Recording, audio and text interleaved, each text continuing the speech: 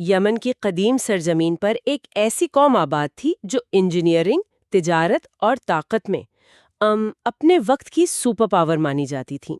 ایک ایسی قوم جس کے پاس سب کچھ تھا، دولت، علم اور ایک بہت بڑی سلطنت۔ لیکن آج تاریخ کی کتابوں میں ان کا نام صرف ایک عبرت کے طور پر باقی ہے۔ ہم قوم تبا کی بات کر رہے ہیں۔ ہمارے پاس جو ماخذ ہے وہ ایک تفصیلی ویڈیو ہے جو اس قوم کے عروج و زوال کی حیرت انگیز کہانی بتاتی ہے۔ تو آج ہم یہ جاننے کی کوشش کریں گے کہ آخر یہ قوم اتنی بلندی پر پہنچ کر پستی میں کیسے گری، اور اسی قوم کے ایک بادشاہ کی کہانی کیسے 1000 سال کا فاصلہ طے کر کے اسلام کے ابتدائی دور سے جڑ جاتی ہے۔ اور شروع کرنے سے پہلے ایک بہت دلچسپ بات واضح کرنا ضروری ہے۔ جب ہم تبا کا نام لیتے ہیں نا، تو اکثر لوگ سمجھتے ہیں کہ یہ کسی ایک بادشاہ کا نام ہے۔ ماخذ کے مطابق ایسا نہیں ہے۔ تبا دراصل ایک شاہی لقب تھا۔ اچھا؟ جیسے مصر کے حکمرانوں کو فرعون کہتے تھے۔ جی بالکل، یا جیسے روم کے حکمرانوں کو قیصر کہا جاتا تھا۔ یہ لقب یمن کی ہمیری سلطنت کے بادشاہوں کے لیے تھا، جو تقریباً 110 عیسوی سے 525 عیسوی تک وہاں حکمران رہے۔ ٹھیک ہے، تو تبا ایک ٹائٹل تھا، لیکن یہ ہمیری سلطنت اتنی طاقتور بنی کیسے؟ مطلب ان کی معاشی یا فوجی بنیادیں کیا تھیں؟ ماخذ اس پر کچھ روشنی ڈالتا ہے؟ دیکھیں، ان کی طاقت کے پیچھے کئی وجوہات تھیں، لیکن سب سے بڑی وجہ ان کی جغرافیائی پوزیشن اور ان کی ٹیکنیکل مہارت تھی۔ وہ اس وقت کے اہم تجارتی راستوں پر قابض تھے جو افریقہ، ہندوستان اور رومن امپائر کو جوڑتے تھے۔ اور تجارت کس چیز کی کرتے تھے؟ وہ لوبان اور مر جیسی قیمتی اشیاء کی تجارت کرتے تھے، جن کی اس زمانے میں بہت زیادہ مانگ تھی۔ لیکن ان کی اصل طاقت ان کی زراعت تھی، جس کا انحصار ایک انجینئرنگ کے شاہکار پر تھا، مشہور مآرب ڈیم۔ اچھا، مارب ڈیم کا ذکر تو میں نے سنا ہے، لیکن اس کی اہمیت کیا تھی؟ یہ صرف ایک ڈیم تھا یا اس سے بڑھ کر کچھ تھا؟ نہیں، یہ صرف ایک ڈیم نہیں تھا، یہ ایک بہت ہی پیچیدہ آبپاشی کا نظام تھا۔ اس نے ایک بنجر صحرائی وادی کو سرسبز اور شاداب باغات میں بدل دیا تھا۔ ماخذ کے مطابق اس کی اونچائی تقریباً 15 میٹر اور لمبائی 600 میٹر سے بھی زیادہ تھی۔ واہ! تو اس ڈیم نے نہ صرف ان کی زراعت کو سہارا دیا، بلکہ ان کی خوشحالی کی ایک علامت بھی بن گیا۔ اور دلچسپ بات یہ ہے کہ بعد میں اسی ڈیم کا ٹوٹنا ان کے زوال کی ایک بہت بڑی وجہ بنا۔ وہی جسے قرآن میں سیل الارم یعنی بند کے سیلاب کے طور پر بیان کیا گیا ہے نا؟ جی بالکل وہی۔ تو وہ انجینئرنگ اور تجارت کے ماہر تھے، ان کے پاس ایک طاقتور فوج بھی تھی، ہر لحاظ سے یہ قوم اپنے عروج پر تھی۔ تو پھر غلط کیا ہوا؟ ماخذ اس زوال کی کیا وجہ بتاتا ہے؟ ماخذ کے مطابق ان کا زوال مادی نہیں تھا، بلکہ اخلاقی تھا۔ جب کسی قوم کے پاس بے تحاشا دولت اور طاقت آ جاتی ہے تو اکثر وہ تکبر اور ناشکری کا شکار ہو جاتی ہے۔ صحیح۔ ان کے ساتھ بھی یہی ہوا۔ وہ بت پرستی اور شرک میں مبتلا ہو گئے، معاشرے میں ظلم اور ناانصافی عام ہو گئی۔ وہ یہ بھول گئے کہ یہ تمام نعمتیں اللہ کی طرف سے ہیں، اور وہ اپنی کامیابیوں کو اپنی ذاتی قابلیت سمجھنے لگے۔ ماخذ میں بدکاری اور ظلم کا ذکر تو ہے، لیکن کیا اس کی کوئی ٹھوس مثالیں دی گئی ہیں؟ یہ کس قسم کا ظلم تھا؟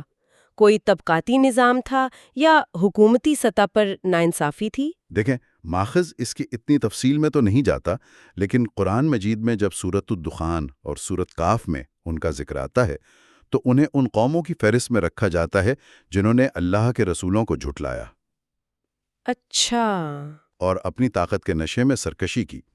اس سے اندازہ ہوتا ہے کہ ان کا مسئلہ انفرادی گناہوں سے بڑھ کر اجتماعی طور پر اللہ کے احکامات سے انکار تھا۔ قرآن کفار مکہ کو چیلنج کرتا ہے کہ کیا تم ان سے بہتر ہو یا قوم تبا سے، اور پھر بتاتا ہے کہ اللہ نے ان سب کو ان کے جرائم کی وجہ سے ہلاک کر دیا۔ یہ بات مجھے سب سے زیادہ حیران کرتی ہے کہ پوری قوم ایک راستے پر جا رہی ہے، گمراہی اور تباہی کے راستے پر، اور ان کا بادشاہ ایک تبا بالکل الٹ سمت میں چل پڑتا ہے۔ یہ کیسے ہوا؟ یہ اس داستان کا سب سے ڈرامائی اور کہہ لیں کہ ایمان افروز حصہ ہے۔ ایک تبا بادشاہ جسے روایات میں تب الاسد ابو کرب کہا جاتا ہے، اپنی قوم کے برعکس توحید کی طرف مائل ہوتا ہے۔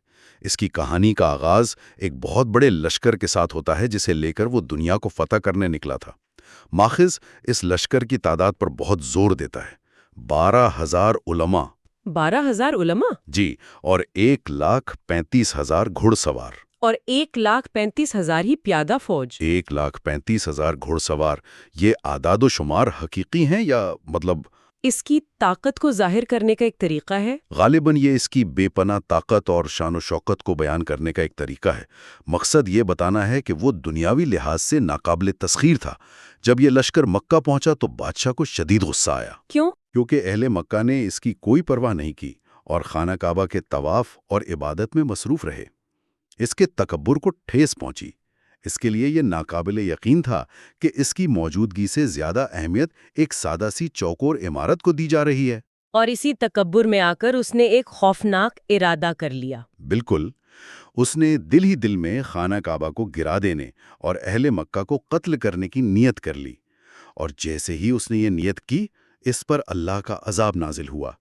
وہ ایک ایسی پراسرار اور شدید بیماری میں مبتلا ہو گیا کہ اس کی ناک، منہ اور آنکھوں سے خون اور بدبودار مادہ بہنے لگا۔ اتنی شدید بیماری؟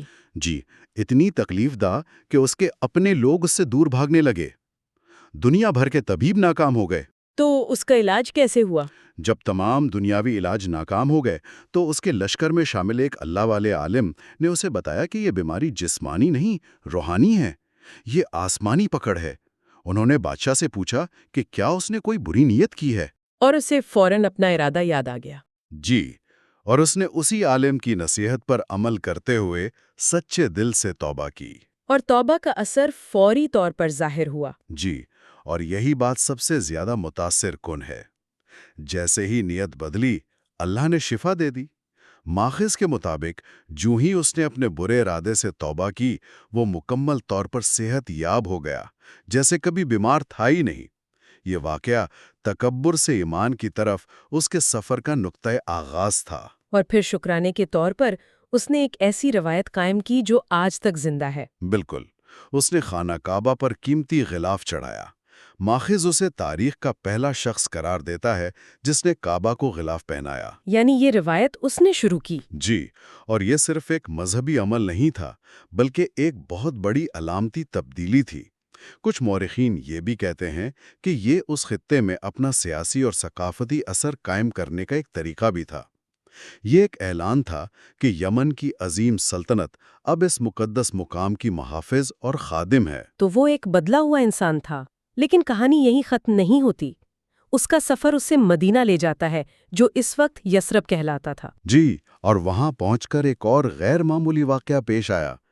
اس کے ساتھ جو علماء تھے، انہوں نے وہاں کی مٹی، کھجوروں اور دیگر نشانیوں کو دیکھ کر پہچان لیا۔ کیا پہچان لیا؟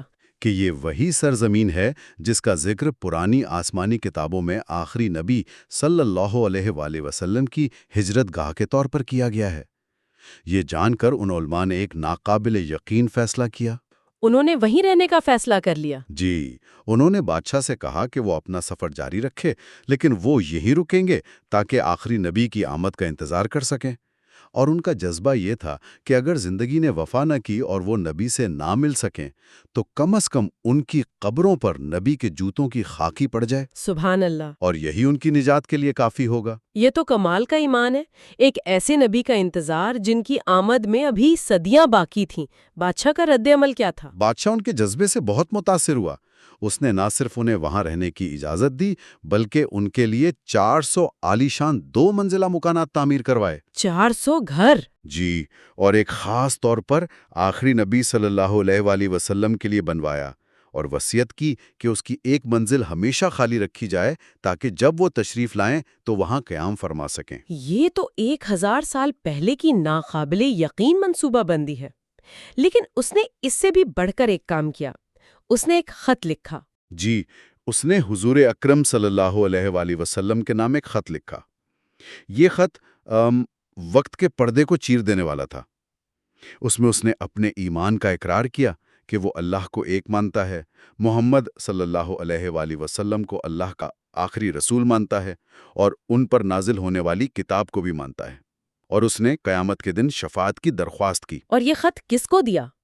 یہ خط اس نے اپنے سب سے بڑے عالم کے سپرد کیا اور وصیت کی کہ یہ نسل در نسل منتقل کیا جائے، یہاں تک کہ یہ اپنے حقیقی حقدار تک پہنچ جائے۔ اب 1000 سال آگے چلتے ہیں۔ حضور اکرم صلی اللہ علیہ وآلہ وسلم مکہ سے ہجرت کر کے مدینہ تشریف لا چکے ہیں۔ پورا شہر آپ کی میزبانی کے لیے بےتاب ہے۔ ہر کوئی چاہتا ہے کہ اللہ کے رسول اس کے گھر قیام کریں۔ جی، اور اس موقع پر آپ صلی اللہ علیہ وآلہ وسلم نے ایک ایسا فیصلہ فرمایا جس سے کسی کی دل شکنی نہ ہو۔ آپ نے اپنی اونٹنی قصوہ کی مہار چھوڑ دی اور فرمایا اسے اس کے حال پر چھوڑ دو، یہ اللہ کے حکم کی پابند ہے۔ یہ جس گھر کے سامنے رکے گی میں وہیں قیام کروں گا۔ بالکل۔ اور وہ اونٹنی مدینہ کی گلیوں سے ہوتی ہوئی ایک گھر کے سامنے جا کر بیٹھ گئی۔ اور یہ تقدیر کا ایک شاندار کھیل تھا کہ وہ گھر حضرت ابو ایوب انصاری رضی اللہ عنہ کا تھا۔ اور سب سے حیران کن بات یہ ہے کہ حضرت ابو ایوب انصاری رضی اللہ عنہ اسی عالم کی نسل سے تھے۔ انتظار کیجئے، آپ کہہ رہے ہیں کہ اونٹنی ٹھیک اسی گھر کے سامنے رکی جو اسی عالم کی نسل کا تھا جس کے پاس وہ خط تھا؟ جی ہاں، وہی گھر جو 1000 سال پہلے آنے والے نبی کے لیے تیار کیا گیا تھا، اب ان کی پہلی قیام گاہ بن رہا تھا۔ حضرت ابو ایوب انصاری نے یہ امانت اپنے ایک خاص غلام ابو لیلہ کے سپرد کر رکھی تھی۔ جب حضور ان کے گھر تشریف لائے تو ابو لیلہ وہ خط لے کر حاضر ہوئے۔ اور یہاں ایک اور معجزہ ہوتا ہے۔ بالکل۔ اس سے پہلے کہ ابو لیلہ کچھ کہتے، حضور صلی اللہ علیہ وآلہ وسلم نے انہیں دیکھ کر فرمایا، تم ابو لیلہ ہو؟ وہ حیران رہ گئے۔ پھر آپ نے فرمایا، یمن کے بادشاہ طبہ کا وہ خط مجھے دو جو تمہارے پاس امانت ہے۔ اللہ اکبر! یعنی آپ کو پہلے سے علم تھا؟ جی ہاں۔ یہ سن کر ابو لیلہ ششدر رہ گئے۔ آپ نے وہ خط لیا، اسے پڑھا اور 3 مرتبہ فرمایا، نیک بھائی طبہ کو آفرین اور شاباش۔ سبحان اللہ! یہ تو پوری کہانی کو ایک ایسے مقام پر جوڑ دیتا ہے جس کا تصور بھی مشکل ہے۔ 1000 سال پرانا ایمان کا ثبوت اپنی منزل تک پہنچ گیا۔ یہ واقعہ اسلامی روایت میں ایمان کے تسلسل، اللہ کی منصوبہ بندی اور نبی کے علم غیب کی ایک روشن مثال ہے۔ یہ بتاتا ہے کہ سچا ایمان اور نیک نیت کبھی ضائع نہیں ہوتے، چاہے ان پر صدیوں کی گرد بھی کیوں نہ پڑ جائے۔ تو آئیے اس سب کو سمیٹتے ہیں۔ ہمارے پاس 2 متوازی کہانیاں ہیں۔ ایک طرف قوم طبہ ہے جو اپنی مادی ترقی، انجینئرنگ اور فوجی طاقت کے باوجود تباہ ہو گئی، اور دوسری طرف ان کا بادشاہ ہے جس کا انفرادی ایمان اسے نجات دلاتا ہے۔ یہ کہانی ان دونوں کے درمیان ایک واضح فرق دکھاتی ہے۔ قوم کی قسمت کا فیصلہ اس کے اجتماعی اعمال یعنی شرک، ظلم اور ناشکری کی بنیاد پر ہوا۔ ان کی دنیاوی ترقی انہیں اللہ کے عذاب سے نہ بچا سکی۔ بالکل۔ جبکہ بادشاہ کی نجات کا انحصار اس کے ذاتی ایمان، توبہ اور نیک نیت پر تھا۔ قرآن نے ان کی کہانی کو آنے والی نسلوں کے لیے ایک طاقتور عبرت بنا دیا ہے۔ ماخذ ایک بہت اہم نقطہ یہ بھی اٹھاتا ہے کہ جن گناہوں کی وجہ سے وہ قوم ہلاک ہوئی، ویسی ہی چیزیں آج کے معاشرے میں بھی نظر آتی ہیں۔ تو کیا ہمیں بھی ویسے ہی عذاب کا ڈر ہونا چاہیے؟ ماخذ کے مطابق ہم حضور صلی اللہ علیہ وآلہ وسلم کی دعا کی برکت سے اس طرح کے اجتماعی عذاب سے محفوظ ہیں، یعنی جس میں پوری قوم کو صفحہ ہستی سے مٹا دیا جائے۔ یہ امت محمدیہ پر اللہ کا ایک خاص کرم ہے۔ صحیح۔ لیکن اس کا مطلب یہ نہیں کہ اعمال کے نتائج کا قانون بدل گیا ہے۔ قوموں کے عروج و زوال کے اصول آج بھی وہی ہیں۔ ظلم، ناانصافی، ناشکری اور اللہ سے دوری، یہ چیزیں بالآخر معاشروں کو کمزور کرتی ہیں اور انہیں زوال کی طرف لے جاتی ہیں، چاہے اس کی شکل مختلف ہو۔ تو یہ ایک عظیم سلطنت کی ناقابل یقین کہانی ہے جو ختم ہو گئی، لیکن جس کے بادشاہ کے ایمان کی گونج 1000 سال بعد تک سنائی دی۔ یہ ظاہر کرتا ہے کہ دنیاوی طاقت اور ترقی کی ایک حد ہے، یہ عارضی ہے، لیکن سچا ایمان اور نیک نیت وقت اور تاریخ کی حدود کو بھی پار کر سکتی ہے۔ آخر میں ایک سوچ جو غور کرنے کے لیے ہے۔ یہ کہانی ہمیں 2 راستے دکھاتی ہے۔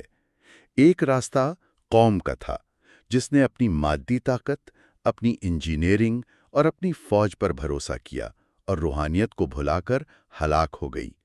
دوسرا راستہ بادشاہ کا تھا جس نے تکبر کو چھوڑ کر ایک اعلیٰ طاقت کو تسلیم کیا، توبہ کی اور نجات پائی۔